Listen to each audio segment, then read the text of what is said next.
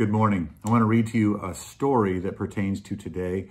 It's from Paul Harvey. I heard this about 30 years ago. Once upon a time, this was more than 17 centuries ago, the institution of marriage was abolished by the Roman Empire. Marriage was abolished by the Roman Empire. Responsible for this edict was Emperor Claudius II. Some say he was insane, but there was a method to his madness. Military-minded Claudius was much concerned about the quality of his army and the caliber of his soldiers, and he grew convinced that married men did not make good fighting men. They became too homesick for their families. He thought they could not keep their minds on the business of killing. He thought, and thus did the emperor, seek to make soldiers more focused and his army more deadly by forbidding and outlawing marriage. Members of the early Christian church, while angry about this proclamation, nonetheless feared the wrath of Claudius and kept silent. All except one, the Bishop of Interamna. Marriage was God's plan, the bishop insisted, and no earthly king must be permitted to interfere with it.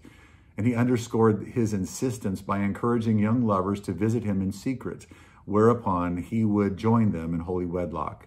Well, of course, Claudius found out, and he had the impertinent churchman brought before him to answer for his insolence. It is said that when the two met, Claudius was much impressed by the sincerity of the bishop's convictions, so much so, in fact, that the emperor offered an alternative to execution. If the Bishop of Interamna would renounce his Christian faith and embrace the traditional Roman gods, then Claudius said his life would be spared. The bishop refused.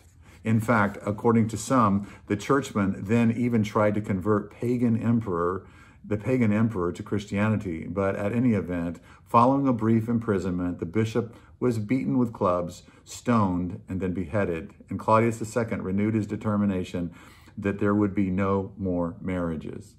Ironically, with a little more patience, the Bishop of Interamna might not have died so cruelly, for within weeks, in the midst of planning a new military adventure, the emperor himself fell ill and died. On the other hand, had the defiant bishop not been matured, he would surely have been forgotten by posterity, and as it is, has been hailed down through the centuries as the friend of lovers everywhere.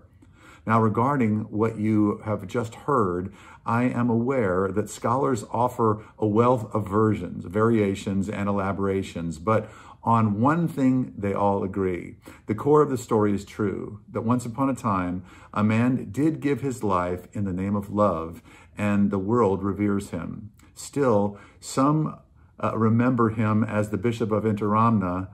You know this sainted friend of lovers who died more than 1,700 Februaries ago by his Christian name, Valentine. Now you know the rest of the story. I wanted you to hear that. I think it's such a beautiful story. God bless you on this Valentine's Day.